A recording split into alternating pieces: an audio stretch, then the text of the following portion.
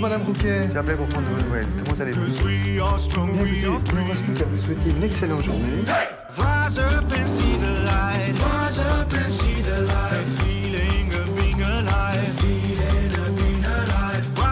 Le groupe Vive est un groupe mutualiste qui agit au quotidien pour la santé de plus de 11 millions de personnes. Groupe Vive, entrepreneur du mieux vivre.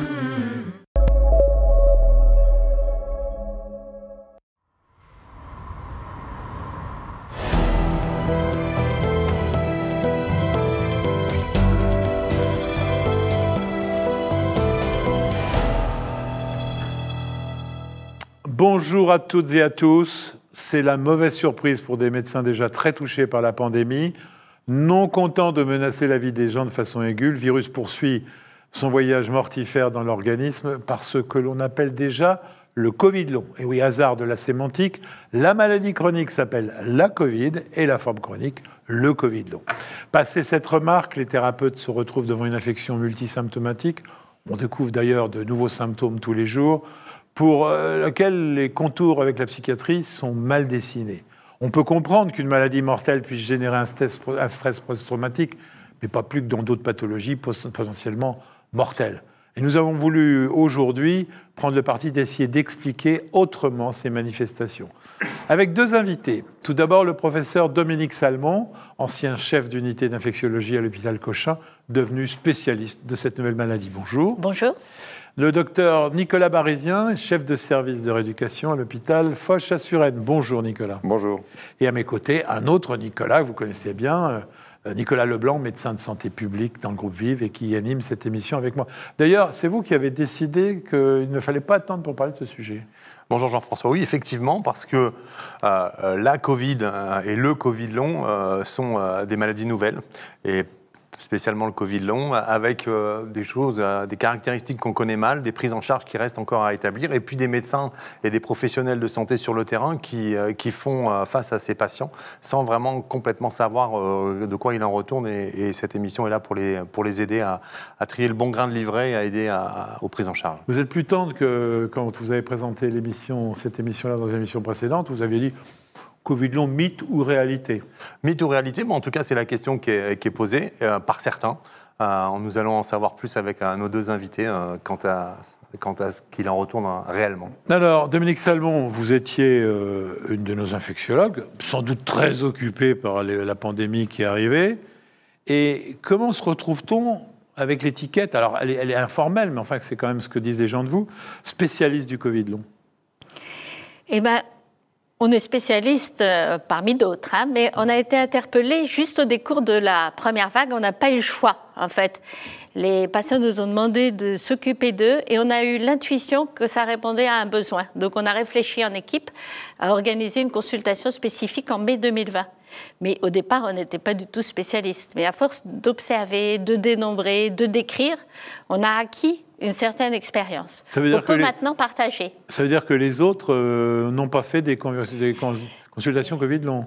En réalité, il y a eu un certain scepticisme en France et on a constitué un petit groupe solide, d'ailleurs avec des échanges avec Nicolas, et puis progressivement des chercheurs fondamentaux, les instances, le ministère, pour essayer de travailler sur le sujet. Mais au début, on était vraiment un peu critiqués en nous disant « vous allez inventer une nouvelle maladie ». Oui. On a été aussi beaucoup soutenus par les patients.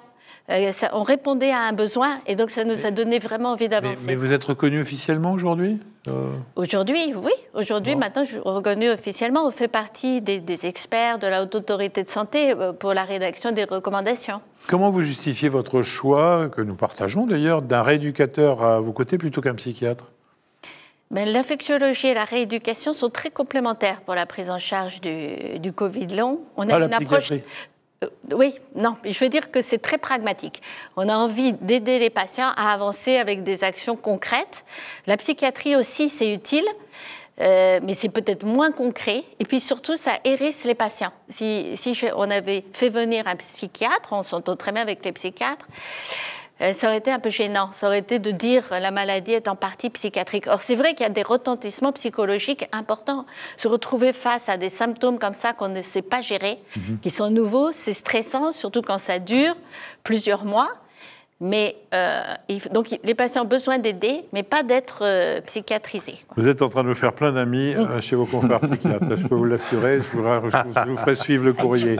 Nicolas. Alors, Nicolas Barizien, vous êtes aussi spécialiste du Covid long. Et d'ailleurs, vous venez de publier un livre sur le sujet, ou vous allez publier un livre sur le sujet qui s'appelle Covid long, comment s'en sortir. Alors, vous l'avez écrit par curiosité intellectuelle ou par nécessité, ce livre? Par nécessité, puisque on s'est retrouvé en sortie de première vague avec, comme le disait le professeur Salmon, des patients qui reconsultaient avec des symptômes qui ressemblaient exactement à la maladie, sauf peut-être la fièvre, et encore certains avec encore de la fièvre.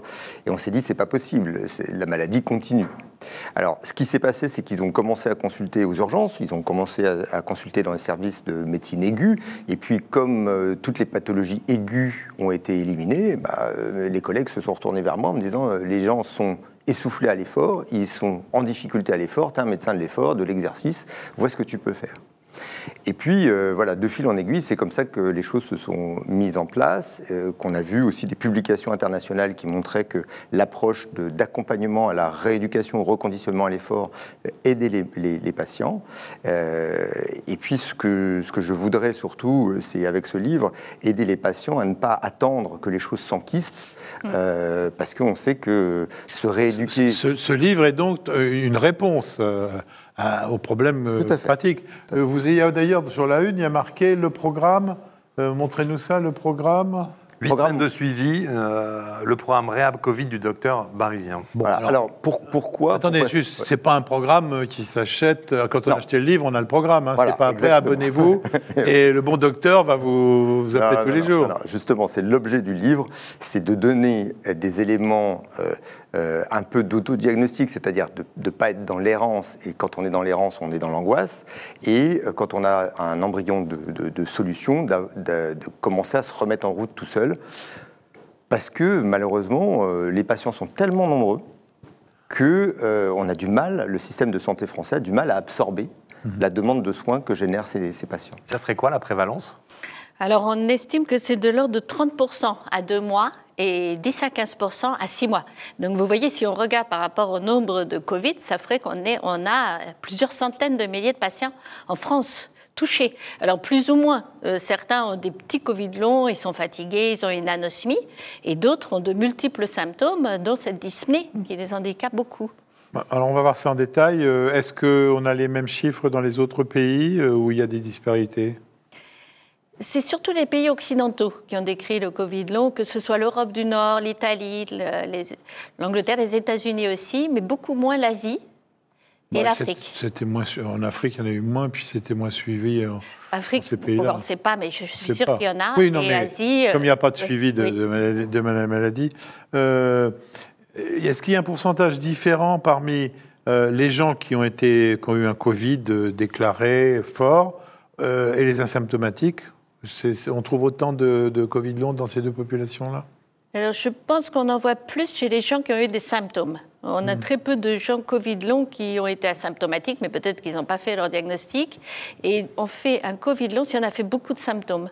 Alors, il faut différencier le Covid long des séquelles post-hospitalisation. Oui, bien sûr. Ceux qui ont été hospitalisés peuvent avoir des séquelles pulmonaires, des conditionnements. Ça, c'est pas tout à fait la même chose. Hein. Mais alors justement, à quel moment on parle de... Si on prend l'histoire de la maladie, à quel moment on peut déterminer qu'on est face à un syndrome de Covid long? Que la Covid devient un Covid long. C'est quoi les critères diagnostiques et la causalité établie? C'est pas encore très très clair sur le plan scientifique, mais il a fallu faire des définitions pour aider les gens à prendre en charge les patients. Donc l'HAS s'est positionné sur différents critères. Donc le critère, c'est le délai de 1 mois. On sait que le Covid dure à peu près 15 jours. Le virus, la charge virale est maximum à 7 jours, ensuite elle baisse et les patients vont mieux à 15 jours, 3 semaines. Donc tous les patients qui ont encore des symptômes à 1 mois rentrent dans la définition Covid long. Il ne faut pas qu'il y ait une interruption. La différence entre les deux, c'est pas parce qu'il y a une interruption et que ça reprend. Non, c'est la maladie qui se poursuit. Alors c'est soit la maladie qui se poursuit, c'est assez souvent le cas, soit les gens vont mieux. Ils ont repris le travail et quand ils reprennent l'effort, ils sont brutalement arrêtés. Alors, il y a d'autres critères. Il faut aussi qu'ils aient eu un Covid, certains ou probables. Il y a des critères de Covid. Et puis qu'on ait éliminé un autre diagnostic. On a tous eu des patients Covid longs qui sont venus fatigués, fébriles. et on a trouvé une maladie de Hodgkin ou une thyroïdite. Il faut faire très attention. Il ne faut pas taxer les gens de Covid long sans vraiment avoir fait une consultation assez large. Et c'est pour ça que les examens complémentaires sont utiles. Ce n'est pas tellement pour faire le diagnostic de Covid long que pour exclure autre chose. Et alors la question qui se pose, c'est comment fait-on la différence entre un déconditionnement, on va dire, aspécifique lié à une maladie infectieuse qui cogne a priori, et quelque chose qui est un mécanisme physiopathologique lié au Covid? Alors justement, le mécanisme physiopathologique, on ne l'a toujours pas. On cherche, il y a des pistes, mais par exemple, on se retrouve dans un cas de figure qui ressemble à ce qu'on peut avoir après une mononucléose infectieuse, sauf qu'une mononucléose infectieuse, ça peut durer 3 mois, 6 mois, et avec des symptômes qui sont quand même moins marqués que ceux qu'on rencontre dans le Covid, mais voilà, on peut avoir ce genre de choses. C'est ce qu'on a eu aussi après l'épidémie de chikungunya à La Réunion en particulier. On a eu des gens qui ont eu ces syndromes de fatigue post-virale. Oui, juste un point de détail, vous avez parlé de mononucléose infectieuse. J'ai lu un article ce matin sur la réactivation du virus de la mononucléose dans le déclenchement du Covid long. Ouais. Alors, ça fait partie des choses qu'on suit de manière très très attentive. Mais c'est sérieux ça? De temps en temps, on voit des réactivations de charge virale EBV chez certains Covid longs. J'ai vu une publication là-dessus, c'est pour ça que... on en voit de temps en temps. Oui. Excusez-moi, je vous ai interrompu. Donc ça fait partie de l'ensemble des examens complémentaires qu'on doit faire. Déjà, dans un premier temps, comme l'a dit ma collègue, éliminer une pathologie intercurrente, parce qu'il y a des gens qui font des embolies pulmonaires dans les suites de Covid. Donc il faut être sûr que c'est pas l'essoufflement, c'est pas une embolie pulmonaire. Ils ont des douleurs thoraciques, il faut vérifier que c'est pas un infarctus. Enfin, il y a tout un ensemble d'examens complémentaires, mais ça que les collègues médecins généralistes font très bien pour éliminer la pathologie. Une fois qu'on a éliminé cette pathologie et qu'on est sur un diagnostic de Covid long, comment on fait pour améliorer les patients et surtout vérifier, essayer de comprendre plus à terme. Mais avant, le diagnostic, c'est quand même assez important. Tous les médecins qui nous écoutent, vous leur dites, attendez, vous précipitez pas dans le Covid long, vous avez le temps, éliminer d'abord toutes les pathologies, c'est ça. La démarche d'un généraliste qui nous écoute, c'est d'abord ça. Oui, c'est ça. C'est-à-dire le délai. Ensuite, voir s'il y a des critères compatibles avec un Covid. Donc, il y a des critères évidents, par exemple la PCR, sérologie positive juste après un épisode, l'anosmie. Et puis, s'il n'y a pas ces critères, parce qu'il y a beaucoup de patients Covid long qui n'ont pas de sérologie positive, il faut avoir au moins 3 critères majeurs. Parmi une liste de 8, par exemple, avoir fait céphalée, dyspnée, fièvre en période épidémique. Donc, critères de Covid. Et puis, troisièmement, avoir éliminé, effectivement, autre chose que la Covid. Nicolas, vous voulez intervenir? Donc ça, c'est le fruit d'un travail qui a été fait par un collège d'experts de la HAS, dont on a publié les recommandations là, le 10 février. Donc ça, en fait, cette démarche thérapeutique, elle est accessible à tous les médecins sur le site de la HAS, recommandations pour Covid long. Mais dites-moi, c'est la présence du virus dans les organes qui déclenche tout ça. Est-ce qu'on essaie d'essayer de mieux comprendre? Alors, est-ce que vous retrouvez des virus encore dans l'organisme à long terme ou pas?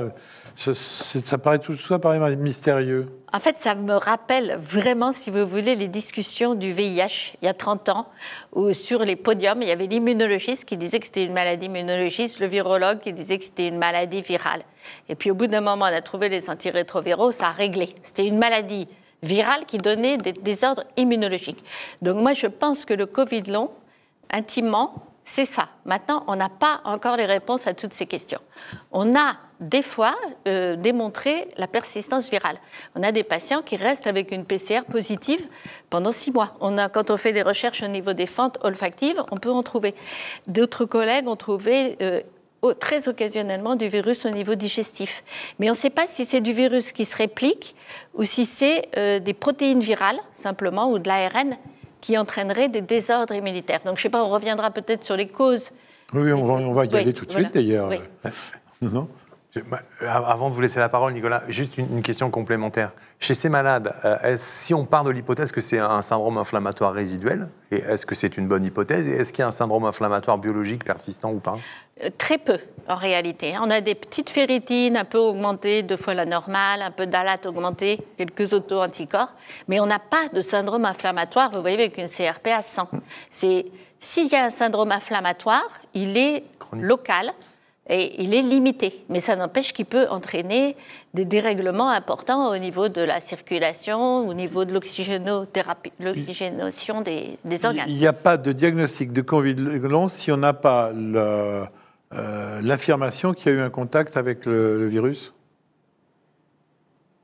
C'est-à-dire que, il y a des gens qui donnent manifestement, qui ressemblent à un Covid long, mais est-ce qu'il faut que vous retrouviez dans l'histoire une contamination ?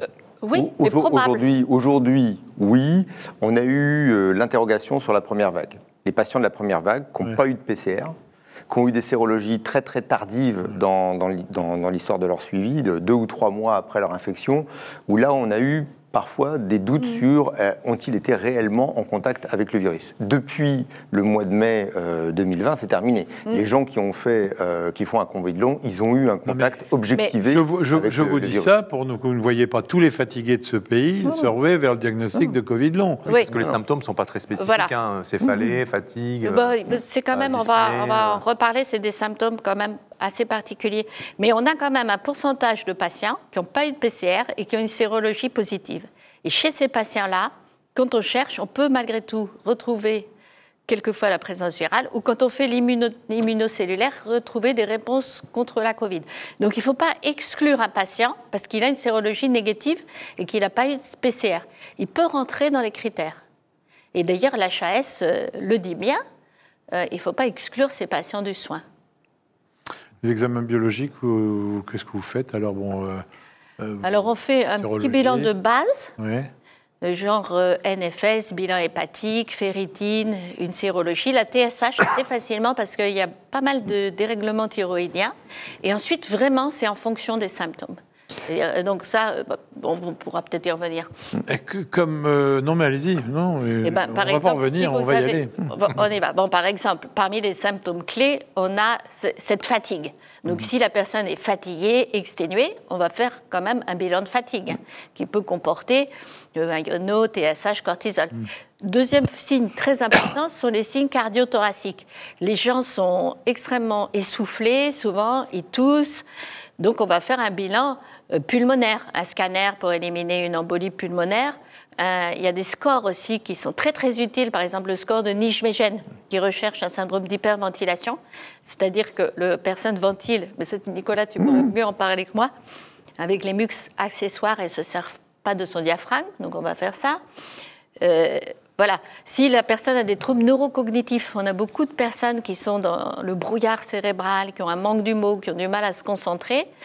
On peut aller jusqu'au bilan neuropsychologique, faire une IRM pour éliminer le méningiome, quelque chose comme ça. On a aussi d'autres examens maintenant qui sont plus perfectionnés, comme le TEP scanner. Je ne sais pas si vous avez vu cet examen qui a été publié par l'équipe de Marseille et qui montre des hypométabolismes dans certaines régions du cerveau. Donc, ce n'est pas à faire chez tout le monde, mais ça peut être utile pour explorer les patients. Et donc après, pour chaque patient, on va faire des examens systématiques. Ce qui est un peu dommage, c'est que les patients, ne sachant pas vers qui se tourner, voient énormément de spécialistes et viennent nous voir avec une valise d'examens complémentaires qui sont qui ne sont pas forcément utiles. Ce qui veut dire qu'un médecin généraliste qui nous écoute et qui suspecte ça doit envoyer pour confirmation dans des services comme les vôtres ? Non, il doit utiliser son bon sens. Et son bon sens, prendre beaucoup de temps à écouter le patient, faire un examen clinique et à orienter le bilan en fonction de ce qu'il croit. C'est de la médecine, en fait. Nicolas, vous vouliez intervenir. Et en plus, un peu la checklist qui permet de ne pas passer à côté d'une pathologie potentiellement annexe au Covid long. Alors, encore une fois, elle est dans les recommandations de l'HAS, donc cette checklist de savoir, voilà, dans le cas de la fatigue, on va faire tel bilan-là qui est reconnu par tout le monde, on est plutôt dans des maladies, dans des douleurs articulaires, musculaires, on va faire un bilan qui va essayer d'aller pister, voir s'il n'y a pas un problème de myopathie sous-jacente. Voilà. Donc ça, en fait, cette checklist, elle est facile à faire par le médecin généraliste et il va pouvoir rassurer son patient en disant, voilà, on a éliminé un problème de fatigue pathologique, on a éliminé un problème de myopathie. Voilà. Et puis pour revenir sur votre interpellation sur est-ce que c'est viral, immunologique, dans les prises de sang qu'on fait dans les bilans d'auto-immunité, eh ben, on est quand même surpris d'avoir parfois des auto-anticorps qui se mettent à pulser. Et on n'est pas les seuls, puisqu'il y a une publication qui est sortie au mois de juillet là, qui montre que 44% des Covid longs ont des auto-anticorps qui se mettent à pulser à 1 an. Et on ne sait pas encore très bien pourquoi ni comment, mais ça explique une partie des thérapeutiques qui sont essayées par différentes équipes, soit des anti-inflammatoires, soit des corticoïdes, soit des immunomodulateurs pour essayer de temporiser l'importance des symptômes. Alors, comme dans la Covid aiguë, est-ce qu'il y a des comorbidités qui jouent? Est-ce qu'il y a des profils d'âge? C'est quoi le patient ou la patiente? Alors justement, non. De manière presque diamétralement opposée, les patients qui mouraient première, deuxième vague, hommes, plus de 75 ans, surpoids, comorbidité. Là, les Covid longs, majoritairement, c'est des patients jeunes, ils ont entre 25 et 60 ans, c'est majoritairement des femmes, c'est majoritairement des dames qui n'ont pas de problème de surpoids, qui n'ont pas de comorbidité et qui sont des gens actifs. Donc pas avec un profil psy particulier. Ouais. Alors, comment vous dire, notre vie moderne sélectionne les gens qui sont les proactifs. Donc nous sommes des stressés en puissance et c'est grâce à ça que nous sommes performants dans notre monde moderne. Donc dire que quelqu'un de normal qui réussit dans notre monde moderne est quelqu'un de particulièrement stressé, je n'irai pas jusque-là. Vous voulez faire un commentaire sur le profil? Oui, sur le profil, donc, je suis vraiment d'accord avec Nicolas, c'est souvent des femmes, 80%, assez jeunes, la moyenne d'âge c'est 45 ans, mais ça peut toucher les personnes âgées. On a quand même des gens de 70, 80 ans, et ça peut toucher les adolescents et les enfants. Malgré tout, je crois que c'est très sous-estimé. Et alors, ce qu'on a remarqué dans la cohorte Hôtel-Dieu, c'est qu'il y a beaucoup de gens allergiques, mais ce n'est pas des grosses allergies. Il y a un terrain atopique, et on a remarqué aussi un terrain auto-immun, dans 15% des cas, soit auto-immun personnel ou familial. Donc, c'est des gens qui n'ont pas forcément des lupus, etc., mais il y a thyroïdite, diabète, psoriasis dans la famille, l'IV2, des choses comme ça. Et donc, je pense que c'est pour ça qu'il y a tous ces auto-anticorps. Il y a une excitation du système immunitaire. Et un lien avec la fibromyalgie ou pas du tout? Alors, voilà, c'est la question suivante. C'est récemment qu'on a demandé aux gens, parce que certains m'ont dit « j'ai fait une fibromyalgie, j'ai fait un EBV symptomatique, j'ai été fatiguée ». Et c'est quelquefois des gens qui ont un terrain de fibromyalgie. Donc, je pense qu'il doit y avoir un terrain génétique sur le Covid long qu'on n'a pas encore tout à fait exploré, parce que ça, il faut vraiment une grande cohorte, des milliers de patients, probablement même des intercohortes, avec des témoins, mais on va sûrement trouver des traits génétiques qui d'ailleurs vont faire avancer beaucoup le syndrome de fatigue chronique. On a évoqué tout à l'heure un facteur déclenchant avec le virus de la mononucléose. Est-ce qu'on a d'autres facteurs déclenchants qui pourraient apparaître comme ça de la Covid, du Covid long? Non, je pense que effectivement, vont faire plutôt des Covid longs, des gens qui vont avoir une forme non grave, mais très symptomatique initialement, assez bruyante, avec probablement une hérédité qui a déjà parlé sous un mode auto-immun, soit familial proche, soit personnel. Oui. Mais pour l'instant, et puis ce terrain atopique, mais sinon, on ne retrouve pas de... En fait, si vous voulez, le BV, ce n'est pas un facteur favorisant. C'est plutôt, j'ai l'impression que les gens ont ce Covid, donc ils ont un système immunitaire, ils ont une dysimmunité qui est induite par la Covid. Du coup, ça réactive les autres virus. Donc ils vont faire du zona, herpès, EBV. Mais l'explication la plus plausible que vous trouvez, c'est une baisse de l'immunité, alors? Mais tout est lié. Pour moi, il reste soit du virus, soit des protéines virales, quelque part, peut-être dans les monocytes, peut-être dans les cellules endothéliales, et sur un terrain qui est un terrain dysimmunitaire, c'est-à-dire que les sujets ne sont pas capables de faire des anticorps neutralisants, des cellules tueuses comme il faudrait. Nicolas ? Oui, il y a une hypothèse qui est développée par le professeur Akira de l'université de Yale, c'est que, en fait, les gens développent un Covid long parce qu'ils n'ont pas réussi à faire une réponse immunitaire adaptée, suffisamment adaptés aux protéines spike du virus. Oui. Et ils sont dans une espèce de dysimmunité. Et d'ailleurs, il semblerait que ça soit l'explication du fait que 60% des Covid longs qui se font vacciner ont des symptômes qui s'améliorent. C'est-à-dire que le fait de remettre le système immunitaire avec une cible précise, bien évidemment avec un vaccin à ARN, fait que le système immunitaire se remet à fonctionner de manière plus normale, entre guillemets. Alors, ce sont des hypothèses, mais c'est des hypothèses sur lesquelles on avance relativement bien. Ouais. Alors, est-ce qu'il y a une similitude avec un phénomène, avec la grippe par exemple? Parce que la grippe, qui est un virus quand même équivalent en termes de mode de transmission et de symptomatologie, est-ce qu'il y a aussi des phénomènes de grippe longue ou de... Le grippe long. Le grippe long. Pas tellement la grippe. Disons, la grippe laisse une fatigue persistante prolongée. Mais le virus ne dure que quelques jours dans l'organisme. Ce n'est pas un virus qui reste de façon prolongée. Par contre, l'EBV, c'est un virus qui reste dans l'organisme sous forme latente. La grippe, ça a été vraiment étudié, du coup? La fatigue post-grippale a été vraiment étudiée, oui. Oui, parce qu'on ne voit pas beaucoup de publications là-dessus. Parce que si on parle du principe que ça pourrait être donc cette baisse de l'immunité, on tient peut-être l'explication à une maladie qui pourrit la vie des malades et de leurs médecins, qui est le syndrome de la fatigue chronique. Oui. On dit aux gens, non, vous êtes fatigués, mais bon... Mais là, il y a une explication. Mais ce n'est pas une baisse de l'immunité, je dirais, et d'ailleurs c'est aussi le terme que tu as employé, c'est une dysimmunité. C'est-à-dire qu'au lieu de répondre de façon vraiment directe, je fais des anticorps neutralisants des cellules tueuses, ils font une réponse un peu désorganisée, plutôt de type allergique.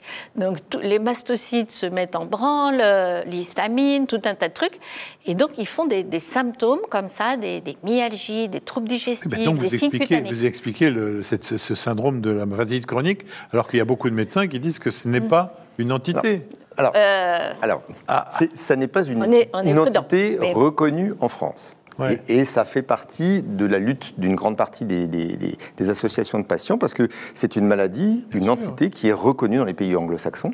Ouais.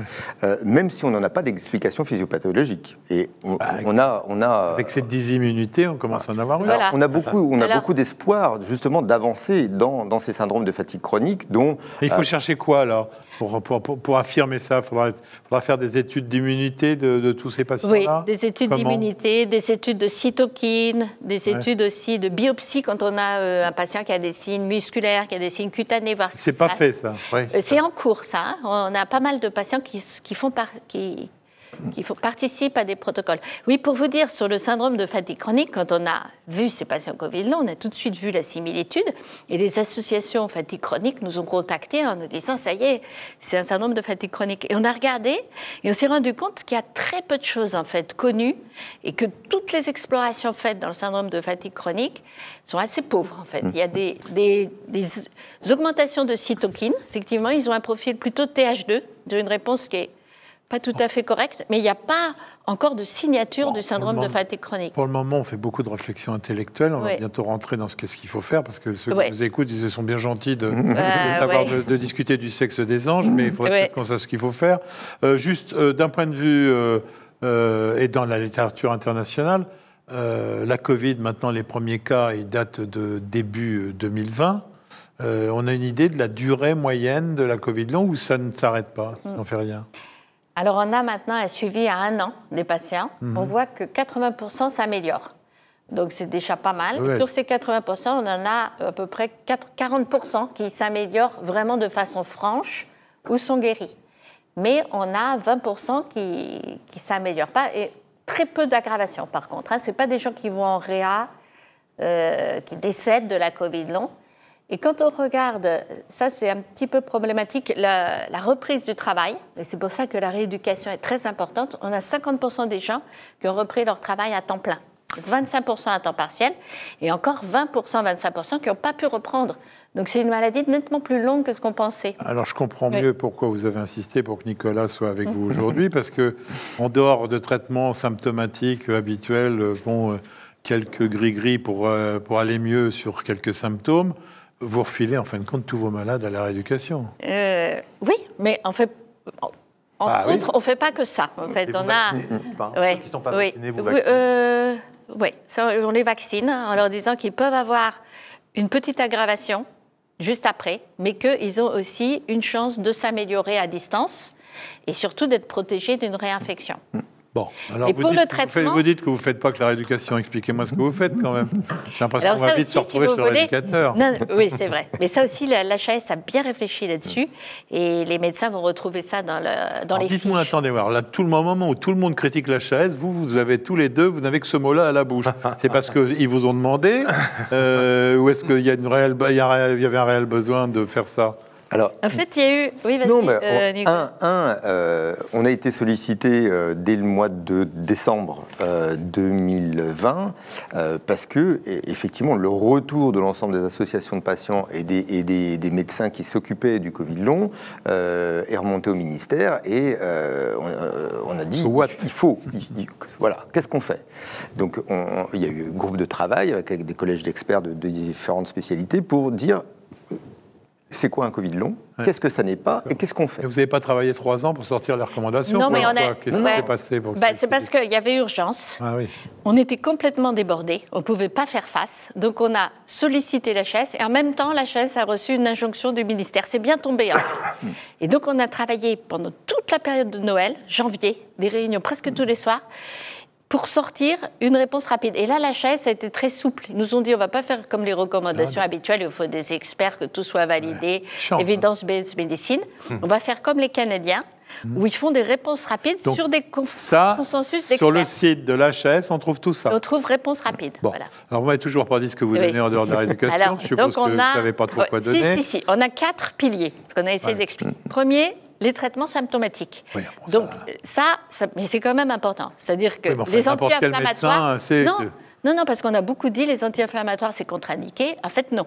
On peut donner de l'aspirine, notamment, ou des anti-inflammatoires. La famotidine, ça marche. Les anti-H1, anti-H1 ou anti-H2, ça marche bien sur ce qui est pseudo-allergique. Les antalgiques, qu'est-ce qu'on a d'autre? Les anti-asthmatiques, quand on a une hyperréactivité bronchique. Bref, les anti-fatigue, par exemple, la L-carnitine, Kinsan, c'est des petits trucs. Ah bon. Deuxième pilier... Là, vous êtes en train de faire sourire pas mal de médecins généralistes qui vous écoutent. Non, parce que ça améliore quand même les patients. Deuxième, c'est que le patient doit vraiment se connaître parfaitement, parce que c'est toujours les mêmes facteurs déclenchants. Et par exemple, il y a des patients qui déclenchent un accès de fatigue après un exercice physique modéré, par exemple 500 mètres. Il ne faut pas qu'il fasse 500 mètres, il faut qu'il fasse 300. Il y en a d'autres, c'est après une conférence Zoom de 2 heures, il faut qu'il fasse 1 heure. Donc que les patients se connaissent leurs limites, les respectent, ça c'est important. Troisième, c'est toutes les rééducations, donc là tu vas en parler. On peut peut-être y aller maintenant dans la rééducation. Et puis il y a aussi la psy, on en parlera. La psy, on en a parlé. Elle commence quand la rééducation alors? On a un rééducateur, on va y aller. Alors, ce qui est important, c'est aussi de ne pas laisser les gens dans je ne sais pas ce que j'ai. Éventuellement, mon médecin dit que je suis un simulateur ou un tir au flanc. Quand on a un profil de femme de entre 35 et 40 ans, 2 enfants, un métier, la maison, c'est pas des gens qui ont un bénéfice secondaire à être arrêtés, ces gens-là. S'ils ne peuvent pas reprendre, c'est qu'il y a un problème. Alors après, on arrive à régler le problème rapidement ou pas, mais c'est pas des gens qui vont avoir un intérêt à être arrêtés pour être arrêtés. Ce qu'on a appris de la rééducation depuis 40 ans, c'est que plus on attend pour reconditionner un organisme, plus c'est compliqué. Et donc, vous ne pourriez pas, parce qu'on va arriver à la fin de l'émission. Donc la rééducation, ça commence rapidement. On ne va même pas savoir ce qu'on fait chez vous. Donc la rééducation, ça commence rapidement. Dès que le diagnostic est posé. Dès que le diagnostic est posé. Oui, mais ça consiste en quoi? C'est du reconditionnement à l'effort, progressif et adapté aux patients. Ça se fait chez les kinés? Ça se fait chez les kinés, voilà, ça se fait chez les kinés. Les médecins traitants prescrivent des séances de kiné, voilà. C'est ça? Reconditionnement à l'effort, et puis surtout, ce qui est important, c'est de faire ce diagnostic d'hyperventilation qui est très très fréquent, qui est une respiration superficielle inefficace, qui va déboucher sur une hypocapnie. Or, on sait que l'hypocapnie, elle va pouvoir générer 50% des symptômes dont se plaignent les patients. Et donc, ça, c'est important que le patient soit rééduqué par un kiné qui connaît la rééducation respiratoire. Et malheureusement, il n'y en a pas suffisamment. Parce que déjà, simplement régler ce problème d'hyperventilation, on va mieux. Donc, le médecin doit faire le diagnostic de l'hyperventilation superficielle. Et doit envoyer chez un kiné pour faire systématique. Voilà. Le score de Niche-Méchaine doit être fait partie de l'examen clinique. C'est un score qui se trouve sur le site de l'HAS. C'est positif, séance de kiné. Et là, les collègues kinés ont fait passer par leur collège toute une méthodologie. Et normalement, tous les kinés maintenant doivent faire cette rééducation. Le médecin met Covid long sur la prescription, enfin, dire qu'il donne la raison. Hein. Oui. Il met rééducation et hyperventilation. Un des écueils auxquels on a été confronté au début, c'est qu'on est parti sur des protocoles de reconditionnement à l'effort de maladies classiques qu'on connaît. Nous, on fait ça à Foch sur le reconditionnement à l'effort dans le cancer. Et on s'est retrouvé avec des gens qui ont reprovoqué des crises de fatigue. Parce que le protocole de reconditionnement à l'effort était trop rapide. Donc c'est important que le médecin signale dans sa prescription que c'est un Covid long, ce qui va mettre la puce à l'oreille du kinésithérapeute, de dire attention, il faut que j'y aille progressivement et que je sois attentif, que je ne cherche pas à bousculer les gens, parce que je risque de reprovoquer une crise de fatigue chronique. Est-ce que vous travaillez avec le Collège de médecine générale pour diffuser rapidement ces connaissances? Parce que là, il y a manifestement il y a urgence vu les chiffres. Oui, il y a vraiment urgence. Hein. Alors, dans la kinésithérapie aussi, on pourrait citer, il y a la kiné olfactive aussi. C'est important, il y a 11% des gens qui ont une anosmie, de faire une rééducation olfactive avec des odeurs que les gens apprécient. Donc, essayer qu'ils se rappellent et qu'ils associent les odeurs en sentant des odeurs particulières, ça les aide à récupérer. Il y a la rééducation orthophonique pour ceux qui ont des troubles neuro. Et la gueusie, c'est les plats cuisinés chez le rééducateur? Alors, vous ne pouvez pas mieux dire, puisque il y a un chapitre qui est dédié et qui s'appelle Smell Rehab, que j'ai appelé Smell Rehab, qui est la rééducation olfactive et gustative, puisque perte de goût et de l'odorat, il y a quelques spécialistes de cette rééducation, ils sont peu nombreux, ils sont saturés. Donc, quand on vous envoie un malade, c'est très codifié, c'est combien de semaines 8 semaines. 8 semaines. Donc, on doit prescrire rééducation pendant 8 semaines. Est-ce qu'il faut mettre selon votre méthode ou pas? Non, la méthode, c'est une base, c'est une trame. Oui, mais enfin, pourquoi pas? Voilà. Mais ce qui est important, c'est que, par exemple, Pierre va très bien répondre à ce protocole-là. Paul, non. Mais vous engagez quand même vous encouragez nos confrères qui vous regardent d'acheter ce livre pour voir ça. Oui. Ou d'envoyer leurs patients dans d'autres centres, parce qu'à l'instar de Nicolas, d'autres services de médecine du sport se sont mobilisés. Il y en a beaucoup qui font maintenant, ça. Ça y est, c'est et qui appliquent le même protocole que vous. C'est la même base. Oui. Et après, ce qui va être important, c'est de voir que, par exemple, tel type d'exercice ne passe pas chez un patient, et au lieu de le programmer sur 4 semaines, on va le programmer sur 8 semaines. Donc, traitement moyen, c'est 8 semaines de réadaptation. Minimum 6 minimum 6 semaines. Vous avez une idée du pourcentage de gens qui sortent vraiment très améliorés de ces séances de rééducation? Alors, 20% très rapidement. Ouais.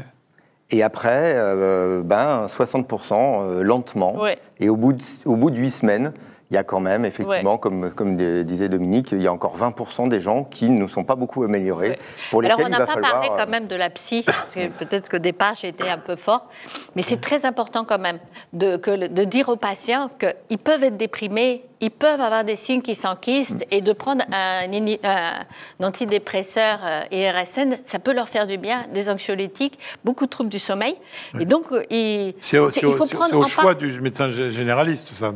C'est plutôt des inhibiteurs de la recapture de la sérotonine. C'est le généraliste qui doit... Il y a des séances de psychothérapie aussi qui se substituent... Ce qui est très important, aux médicaments. Ce qui est très important, c'est qu'il y a vraiment 2 cas de figure. Il y a quand même des gens qui vont faire un Covid, pas grave eux, mais qui vont avoir papa, maman décédés. Donc, il y a un passif psychologique qui est important, et certaines personnes ont vraiment développé un syndrome de stress post-traumatique, et ça, ces gens-là, il faut vraiment les soigner. Par ailleurs, l'hyperventilation, cette respiration superficielle, est alimentée par l'angoisse. L'angoisse provoque de l'hyperventilation, et on est dans un cercle vicieux. Donc, il faut approcher le sujet par la rééducation et par la maîtrise de l'autonomie. C'est bien que ce soit le rééducateur qui nous parle du psychiatre, parce que ça sera votre conclusion. Vous, Dominique Salmon, vous pensez que vous allez rester longtemps spécialiste de Covid long, ou peut-être qu'un jour ça va s'arrêter, tout comme la pandémie? Je plaisantais, là. De toute façon, là, pour l'instant... Je pense qu'il faut que je continue, encore quelques temps. Mais je ne suis pas la seule spécialiste. Maintenant, vraiment, tout le monde s'est mobilisé dans différentes spécialités, pas seulement les médecins, d'ailleurs. Et il va y avoir aussi des crédits pour la recherche, parce qu'on est loin d'avoir encore tout trouvé. Bon, j'ai bien compris que pour en savoir plus, il faut aller sur le site de la HAS et que vous resterez vigilant. Bien sûr, vous viendrez nous voir. Nicolas, un mot sur cette émission que vous avez voulu? Déjà, on n'a pas parlé des corticoïdes en courte cure. Et est-ce que c'est utile ou pas utile? Je ne sais pas si... Vite la question. Alors très rapidement, pour les pertes de goût, pertes d'odorat, oui, c'est prouvé, ça marche. Combien de temps? Au bout de 2 semaines, si la perte de goût et perte d'odorat n'a pas régressé, il est recommandé de faire une cure de corticoïdes de 7 à 10 jours. 1 mg kilo. Voilà, 1 mg kilo. Voilà. Mais après, par contre, ça peut aggraver le Covid long. Ça peut l'améliorer, sembler l'améliorer quelques jours, mais ça ne l'améliore pas sur le long terme. Donc, ce n'est pas recommandé. À part ça, vous aviez quoi comme autre conclusion? C'était une question que je voulais poser. La qualité. La conclusion, vous avez dit s'il y avait beaucoup de Covid, effectivement, il y a à peu près 6,7 millions de personnes qui ont eu le Covid. Si on estime qu'il y a 30% de Covid long, vous voyez un peu l'ampleur du phénomène. La deuxième chose sur laquelle je voudrais intervenir pour conclure, pour rapidement Jean-François, c'est que certains épidémiologistes que nous avons interviewés récemment nous disent que le Covid va s'installer. Peut-être moins grave, mais ça va être possiblement une des hypothèses, c'est qu'il s'installe dans le paysage, comme la grippe quelque part. Donc, est-ce que le Covid long va s'installer aussi dans la conséquence des Covid? Et auquel cas, nos généralistes auront à traiter ces sujets-là. Merci pour cette conclusion, Jean-François, extrêmement synthétique. C'est bien de terminer par une question ouverte qui fait que on reviendra là-dessus, bien évidemment. Dans une autre émission. Encore grâce à vous. Merci à vous trois. Une émission qui m'a passionné, grâce à laquelle j'ai appris beaucoup de choses. Je suppose que vous aussi. C'est assez rare d'avoir une nouvelle maladie aussi médiatisée. Et je suppose que toutes les professions médicales vont être intéressées. D'ailleurs, vous qui êtes fidèles à cette émission, n'hésitez pas à en parler et faites suivre sur le lien de la chaîne YouTube. À la semaine prochaine. En attendant, portez-vous bien.